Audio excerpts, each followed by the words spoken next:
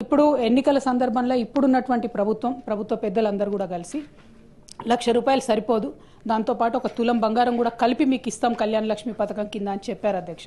కళ్యాణ మస్తు అని పేరు పెట్టి ఈ పథకాన్ని ఇస్తానని చెప్పి కూడా చెప్పడం జరిగింది అధ్యక్ష.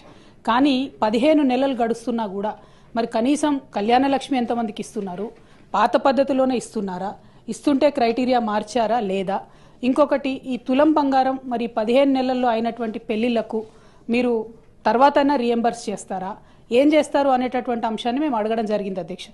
జవాబు చూస్తే చాలా డిసప్పాయింటింగ్ ఉంది అధ్యక్ష. కళ్యాణ మస్తు పథకాన్ని కన్సిడర్ చేస్తున్నారా అంటే సింపుల్గా సాఫ్ సీదా కన్సిడర్ చేస్తలేము అని చెప్పి ఆన్సర్ ఇవ్వడం జరిగింది అధ్యక్ష.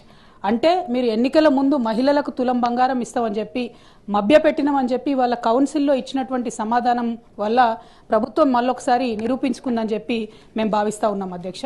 మరి ఇట్లాంటప్పుడు మీరు ఇక మిగతా హామీలను మహిళలకు ఇచ్చినటువంటివి అది 2,500 కావచ్చు, ఇంకోటి కావచ్చు, వాటి పట్ల కూడా మరి కనీసం ఏం ఫోకస్ చేస్తలేరా, ఆ విషయాన్ని కూడా ప్రభుత్వం దయచేసి చెప్పవలసిందిగా నేను డిమాండ్ చేస్తున్నా అధ్యక్ష.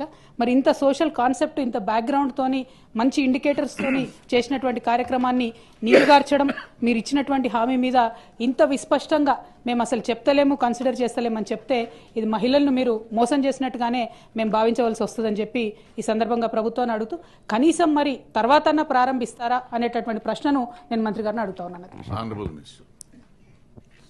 గౌరవ సభ్యురాలు అడిగినటువంటి ప్రశ్నకు ఏ లేదండి, బి ఆ ప్రశ్న ఉత్పన్నం కాదు, సి ఆ ప్రశ్న ఉత్పన్నం కాదండి.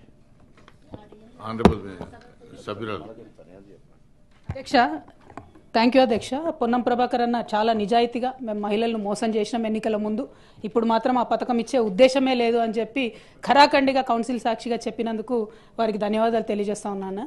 కానీ ఈ రాష్ట్రంలో మహిళలు దాదాపుగా 51% పైచిలకు ఉన్నారన్న.